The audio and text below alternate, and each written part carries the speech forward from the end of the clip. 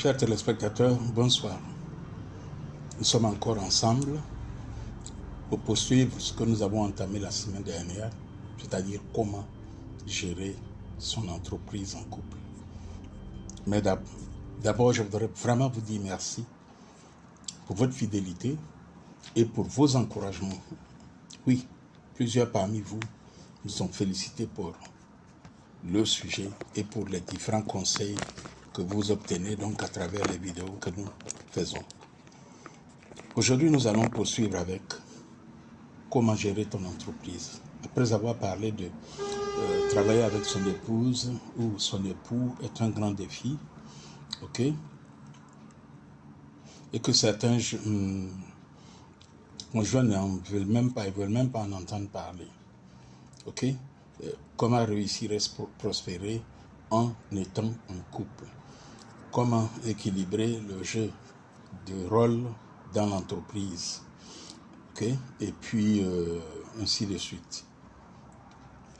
Aujourd'hui, nous parlons de comment protéger le couple et la romance et l'entrepreneuriat. Voici un monsieur qui est chef d'entreprise, milliardaire d'ailleurs,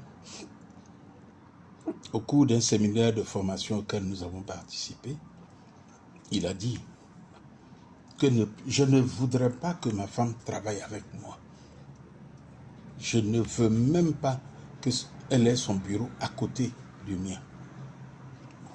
Qu'elle soit dans l'entreprise, on lui demande pourquoi. Il dit non. Ma secrétaire va venir s'arrêter à côté de moi pour me faire voir quelque chose sur une feuille, sur un document. La jalousie va naître. Moi, je vais dans son bureau. Madame va se poser la question de savoir pourquoi toujours dans le bureau de ma secrétaire. Il n'en veut pas.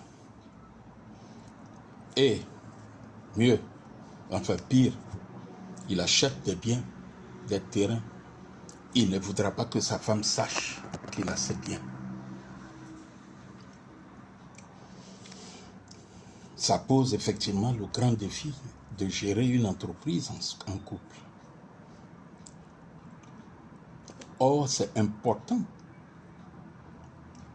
Parce qu'il y a eu des gens qui sont morts sans que leur famille ne sache ce qu'ils possèdent et en bénéficient. Et des fois, ce sont des amis, ce sont des cousins, même pas les enfants, parce que monsieur se dira que si les enfants savent, ils vont dire à madame. Et des fois, c'est bien, très souvent c'est bien, échappe à la famille. Très bien. Les histoires de jalousie, etc., vous amènent le soir, madame ferme la porte et monsieur est en souffrance. Si c'est madame, la dernière fois on a parlé beaucoup plus de la dame qui peut être la patronne, etc. Mais ici nous mettons l'accent sur le fait que le monsieur peut être le patron. Et voici ce que la femme peut avoir comme réaction. Alors, cette question induit la suivante. Comment dissocier la vie professionnelle et la vie personnelle? Si monsieur et madame ne se sont pas entendus au travail, est-ce systématique qu'ils traînent ça à la maison et qu'ils poursuivent leur incompréhension à la maison? Ce n'est pas normal. À l'entreprise, je suis le chef, dira madame. À la maison, tu es le chef, dira l'homme, enfin dira la femme à son mari. Ça devrait être ainsi. Et s'il se trouve que à l'entreprise, le monsieur est le chef, et à la maison, il est le chef, c'est une dissociation de rôle. Et ça doit se distinguer. Alors, on pourrait se demander, mais qui commande finalement? Monsieur ou madame?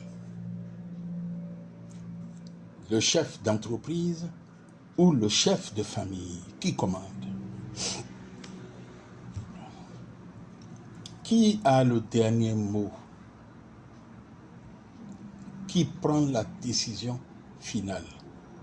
Mais si madame est jalouse du fait que le monsieur est le chef, ça veut dire qu'on aura 2 chefs dans la maison. Et dans l'entreprise, on aura 2 chefs. Or, le conflit entre monsieur et madame dans l'entreprise, l'incompréhension entre les deux, entraînera automatiquement la création de groupes. Un groupe pour madame, un groupe pour monsieur. Donc, il est essentiel d'éviter de transporter les incompréhensions de la maison à l'entreprise. La question qu'on pourrait donc se poser, comment traverser les situations conflictuelles? Je voudrais considérer que monsieur et madame sont des personnes sages. Mais malheureusement, il arrive des fois certains hommes ou certaines femmes, manquant de sagesse, peuvent trouver leur femme au travail et créer du scandale, ou leur mari et créer du scandale. À qui fait-on du mal? Nous devons progresser financièrement. Nous devons avoir une entreprise prospère. Nous devons avoir une autonomie financière.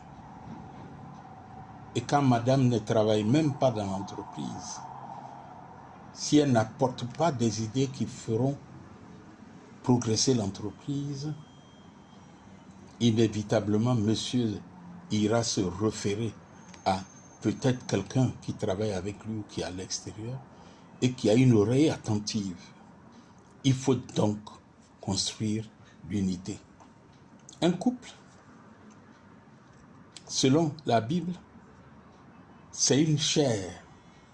Ce sont 2 individus qui deviennent un, collés. Ton pied, mon pied. Tes pensées, mes pensées. Action commune. Et donc je voudrais vous inviter, chers amis, à ne pas hésiter à travailler en couple et à être ouverts l'un à l'autre. Et vous allez voir comment Dieu va vous aider à réussir. Évitez les conflits. Que votre union soit une union de 2 amis qui sont amoureux l'un de l'autre et en permanence à la maison et à l'entreprise. Et quand vous êtes au travail, vous essuyez le visage de la maison. Et quand vous êtes en entreprise, vous souriez. Si vous voulez régler un compte avec votre mari, arrivez à la maison, vous lui dites, bon chéri, je t'ai pardonné. C'est vrai que j'étais fâché le matin, mais bon, laissons passer ça. La vie doit continuer. Et monsieur dira aussi, je t'ai aussi pardonné. Que Dieu nous bénisse. C'était Boostich TV. Boostich a pour objectif de vous amener à voir autrement, à percevoir autrement et agir autrement. Action. Si cette vidéo vous avait plu, s'il vous plaît, action, agissez. Mais partagez cette vidéo avec vos amis. Invitez-les à s'abonner. Et puis faites-nous des commentaires. Levez le pouce pour nous dire vous avez apprécié ces 2 vidéos. Et puis,